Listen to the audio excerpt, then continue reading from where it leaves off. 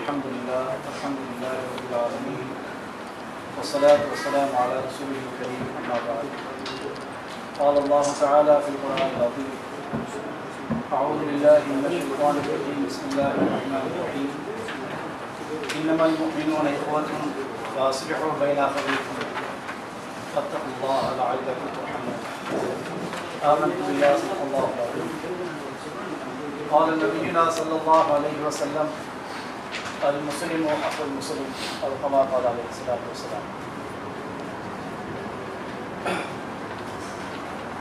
எல்லாம் வல்ல அல்லாஹ்வை போற்றி புகழ்ந்து அண்ணல் பெருமானார் ஸல்லல்லாஹு அலைஹி வஸல்லம் அவர்களின் வாழ்த்துவனாக